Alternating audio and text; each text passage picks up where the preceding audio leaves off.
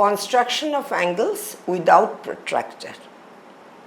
Standard 6 students have already learned how to draw angles with protractors. Today we shall discuss how to draw angles without protractor with compass and ruler only. We shall also state in details the concept of how to draw angles, accurate angles without protractor. Here we go with some practical demonstration. Suppose we want to draw some angles on line segment AB like 60 degree, 90 degree, 120 degree, 180 degree, 135 degree, so on and so forth.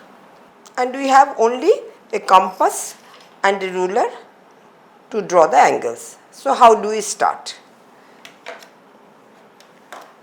We take the compass and keeping the needle fixed on point A, we draw an arc of any radius that intersects AB at C. So this is the radius AC of the arc. Now taking the same radius and fixing the needle at C, we draw another arc to intersect the previous arc. Let us name it D, and we joined A with D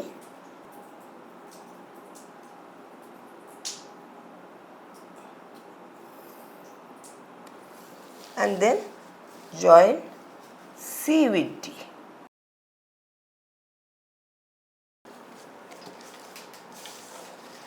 The angle DAC is 60 degree.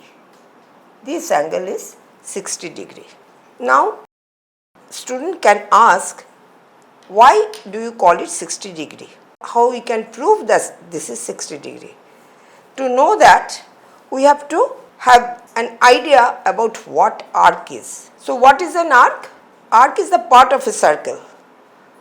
Suppose this is the circle and this is the part of the circumference of the circle. That means arc has a center and arc has radius. AD is a radius, AC is a radius.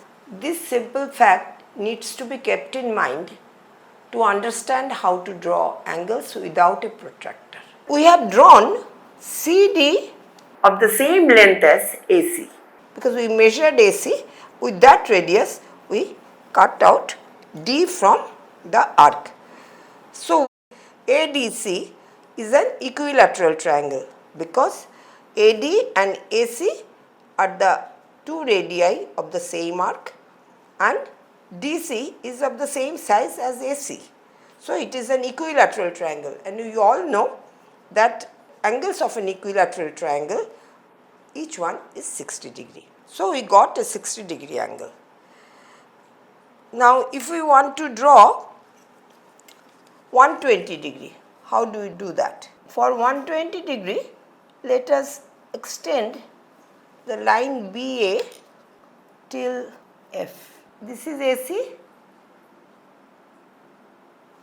this is DC, both are same length, and from D, keeping the needle fixed at D, we are drawing another small arc to cut the previous arc. Let us name it E. If we now join A with E,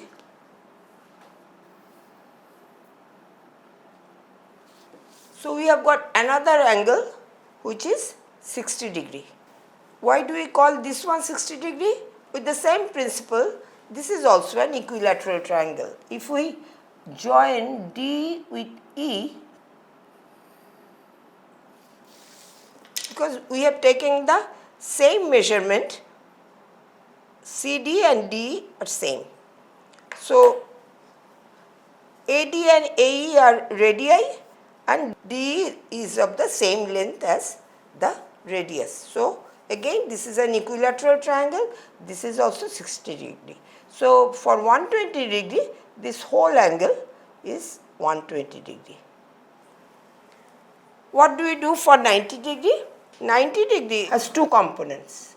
One can be 60 degree, another 30 degree. So what do? We already have 60 degree here. This is 60 degree. And if we can bisect these angles, each of 30 degree. So 60 plus 30 will be 90 degree. Let us try to bisect it. So again, from here, we are taking a suitable radius which is more than half of this length. Draw an arc here, fixing the compass at D. Another arc to intersect the small arc here, fixing the needle at E. So this is the intersecting point. Let us name it O. If we now join A with O, AO bisects the angle EAD. So each one is, this one is 30 degree, this one is 30 degree. So now if this part is 30 degree, and if I take this angle, this is 60 plus 30, so 90 degree has been formed. We have drawn 60 degree, 120 degree and 90 degree with the help of a compass. And for 45 degree, what we have to do? This is 90 degree. If we bisect this angle, then we shall get a 45 degree angle. Taking more than half as radius, we draw two small arcs, one from C, another from M.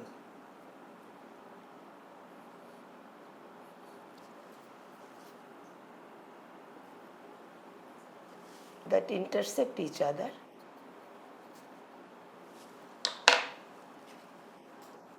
Let us call it N. So if we now join A with N, that will bisect the angle OAC.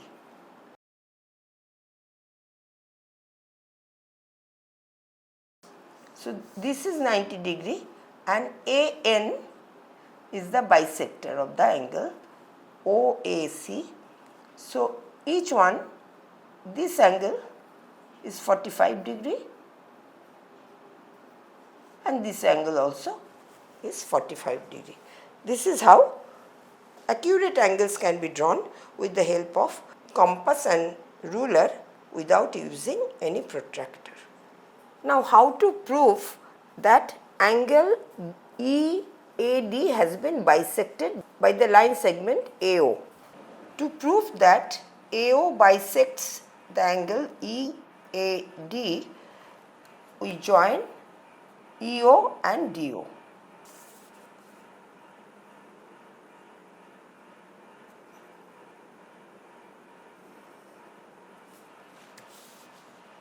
Now we have got two triangles, EAO and DAO. These two triangles are congruent. Why they are congruent? Because AE is equal to AD because they are the radii of the same circle, same arc. And EO and DO are equal because they are the radii of two different circles of equal radii, and AO is common. So by SSS congruent rule, these two are congruent triangles. When they are congruent, then corresponding angles are equal. So EAO, this angle is equal to DAO because they are corresponding angles of two congruent triangles. If these two are same, then each one is 30 degree. This is 30 degree. OAD is 30 degree and OAE is also 30 degree. And the angle is bisected.